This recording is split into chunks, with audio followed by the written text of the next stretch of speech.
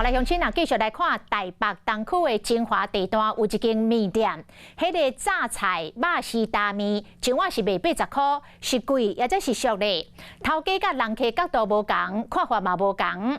这个大面一碗80块，人客是感觉头家一定是趁甲饼，但是为头家的角度来看，扣掉这个店租、人事甲实在的成本，根本就赚无偌济。用鸡大骨控汤细条面，淋一寡青菜甲葱仔煮，简单一碗，伫台北东区的上款真有名。在地经营20年，有真侪人介意。最近因为店内这场故事引起讨论。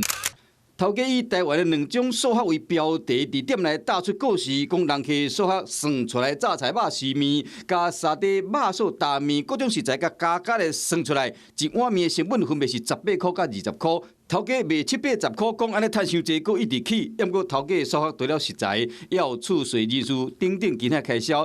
加算算的，无论是卖倒一种面拢了钱，若是人去上门，干那点一碗，恐惊会了钱。所以讲，只能挖靠小菜甲汤来增加利润。抱怨都来自于资讯不对等等的，老板直接把成本就算给你看了。对，所以原本可能确实有减少来问说涨价涨这么凶的原因，比较多的会变成来问说。因为我们那边也有贴说，我们可能就是到6月底。店面开伫台北市东区，成本本来就真悬，面对外界压力，头家嘛已经做好上歹的打算。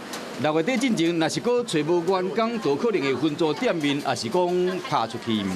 一般民众他没有自己经营过，然后就可能觉得说啊，这个就这个价钱啊，为什么那么贵？对，但他没有考量到其他的部分。以为是可能赚面会赚的比较多，我也没有想到是小菜跟汤这样。可是我通常还是会这样点啦，就是点面，然后小菜跟饮料。小本生意虽然生意好，也毋过想要趁钱，恐惊无像咱想的遐简单。即嘛可能是安怎？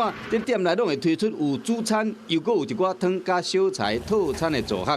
继续比另外店更加俗，民众感受上食了会好。对头家来讲，提悬消费金额，嘛当靠这小菜甲汤赚一寡利润。台湾正是餐饮业大欠人的时阵，加上物价拢一直起，无论是大餐厅还是小店面，拢伫思考讲要安怎伫大环境中求生存。